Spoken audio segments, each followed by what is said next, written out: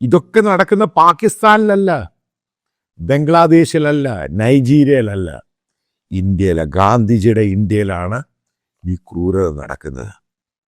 ഞാൻ ഒരു കാര്യം പറയാം.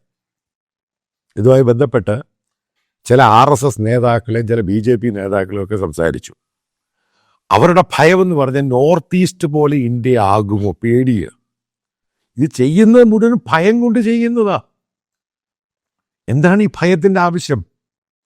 ഈ മനുസ്മൃതി സനാതന ധർമ്മമെന്ന് സാധനം പൊക്കിപ്പിടിക്കുമ്പോൾ ഇന്ത്യയിലെ ബാക്ക്വേർഡാണ് ഏറ്റവും കൂടുതൽ ഭൂരിപക്ഷം.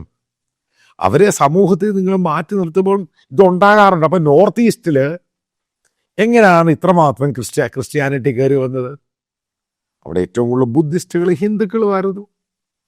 അതിനെപ്പറ്റി ഒരു സ്റ്റഡി നടത്തി എന്തുകൊണ്ട് സംഭവിച്ചു, എന്താണ് കാരണം, എന്തുകൊണ്ടാണ് പഞ്ചാബും തമിഴ്നാടും അതേപോലെ തന്നെ ഇന്ത്യയിലെ ചില പല സ്റ്റേറ്റുകളിലും ക്രിസ്ത്യൻ അത് പെനട്രേഷൻ ഉണ്ടായതിൻ്റെ കാരണം പഠിക്കുക. ആദ്യം പോയി എന്തുകൊണ്ട് സംഭവിച്ചു. നിങ്ങളുടെ കയ്യിൽ ഇപ്പോഴാണ് സംഭവിച്ചത്. ഞാനൊരു കാര്യം തീർത്തും പറയാം. എവിടൊക്കെ ഇതേപോലെ പ്രശ്നം ഉണ്ടാകുന്നു, ഈ ചർച്ച് കത്തിച്ചാലും അത് കത്തിച്ചാലും അവിടൊക്കെ ഇതിന് 1000 ഇരട്ടി ശക്തമായിട്ട് വളർന്നിട്ടുണ്ട്. ഇതൊക്കെ ചരിത്രമാണ്. ഒരു കാര്യം പറയാം, ഇതിനേക്കാളും ഭയങ്കര സ്ട്രോങ് ആണ് ചൈനയിൽ. ചൈനീസ് കമ്മ്യൂണിസ്റ്റ് പാർട്ടിയാണ്. കഴിഞ്ഞ 1 മാസം കൊണ്ട് റിപ്പോർട്ടുകൾ വരുന്നുണ്ട് ഗ്ലോബൽ മീഡിയ.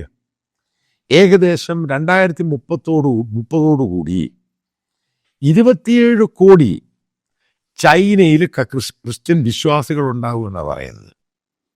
27 കോടി എന്ന് പറഞ്ഞ ലോകത്തിലെ ഏറ്റവും കൂടുതൽ ക്രിസ്ത്യൻസ് ഉള്ള രാജ്യമായിട്ട് ചൈന മാറുകയാണ്. ഇന്ത്യയുടെ അതിർത്തിയാണ്. അങ്ങനൊരു മാറ്റം ചൈനയിൽ ഉണ്ടായിക്കഴിഞ്ഞാൽ നിങ്ങൾ ശ്രദ്ധിച്ചോണം, അവർ ഇന്ത്യ അങ്ങ് വിട്ടുകൊടുക്കുമോ? ഇതൊക്കെ ആലോചിക്കേണ്ട പലതുമുണ്ട്. ഇത് ഗ്ലോബലി ഇന്ത്യയുടെ പേര് വല്ലാതങ്ങ് മോശമാവുകയാണ്.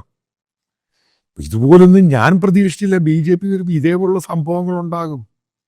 ഇത് എല്ലാത്തിൻ്റെ ലക്ഷ്മൺ രേഖ കടന്നങ്ങ് പോവുകയാണ്. നോർത്ത് ഈസ്റ്റ് പോയത് നിങ്ങളുടെ കഴിവ് കൊണ്ടാണ്. ഈ ബേസിക്കലി ഇപ്പോഴല്ലേ BJP ഭരണത്തിൽ വരുന്നത്. ഈ നോർത്ത് ഈസ്റ്റ് 1971 മുതൽ തന്നെ അത് ക്രിസ്ത്യൻ ഭൂരിപക്ഷ പ്രദേശമായി മാറി. ഇന്ദിരാഗാന്ധി അവരുടെ പരമാധികാരം ഉപയോഗിച്ച്, അന്ന് ഇന്ദിരാഗാന്ധിയാണ് ഇന്ത്യൻ പ്രധാനമന്ത്രി, അവർക്ക് ഏറ്റവും വേണ്ടപ്പെട്ടവരവിടെ ഗവർണറായിട്ടും പലയിടത്തും കൊണ്ടിരുത്തി.